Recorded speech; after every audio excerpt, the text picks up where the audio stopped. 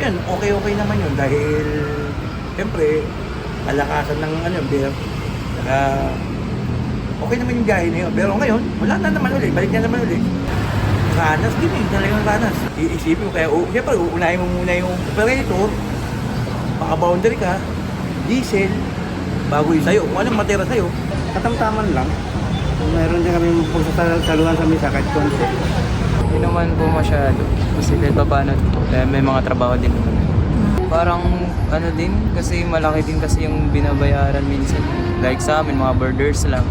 Tapos sa OPA namin, ayun binabayaran. Tapos yung sahuran din ngayon, 695. Ilan lang yan sa mga ibinahaging pananaw ng ating mga kababayan tungkol sa kanilang self-rate o perception hinggil sa kahirapan o poverty at hunger o kagutuman sa bansa sa nagdaang taon. Ayon kay Okta Research President Professor Ranjit Rai, batay sa naging resulta, bumaba ng malaking porsyento ang self-rate o pananaw ng publiko hinggil sa poverty o kahirapan ng 17 percentage points mula 54% noong third quarter ng 2025 hanggang 37% noong fourth quarter. Katumbas ito ng higit 4.5 milyon na pamilyang Pilipino na kinokonsiderang hindi na sila naghihirap. Again, this is perception. This is not supposed to replace government data on income and poverty is a structural problem. Yan. Medyo complex i-measure yan. Pero pag mini-measure natin quarterly, nakikita ng gobyerno, nakikita ng taong bayan kung ano nararamdaman ng ating kababayan on this issue. Bahagya namang tumaas ang persepsyon ng publiko tungkol sa food poverty.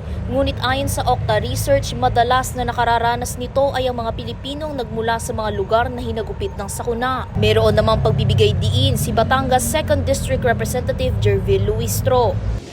Let us not stop these challenges that includes the weather disturbances, as they have said, will never be gone. It is always with us.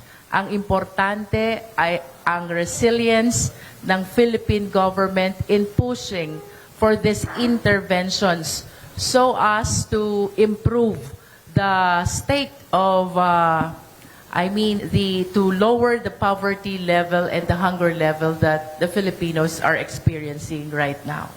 Samantala, ibinahagi ni Department of Agriculture spokesperson Assistant Secretary Arnel de Mesa na malaki ang naging ambag ng nagpapatuloy na 20 pesos na bigas na inulunsad noong ika-4 na quarter ng 2024 sa ilalim ng direktiba ni Pangulong Ferdinand R. Marcos Jr. sa pagbaba ng inflation rate ng bansa. Binigyang diin din ni de Mesa ang ilang paghahanda na ginagawa ng kagawaran para maibsan ang danyos at pinsala sakaling masalanta ng kalamidad o natural disaster ang bansa, kagaya ng crop mitigation, changing, income diversification, pag-improve sa kaalaman ng publiko hinggil sa alternatibong mga pananim at iba pa. Nauuna sa balitang totoo at laging bago, Faith Santiago, Alauna sa Balita, Congress TV.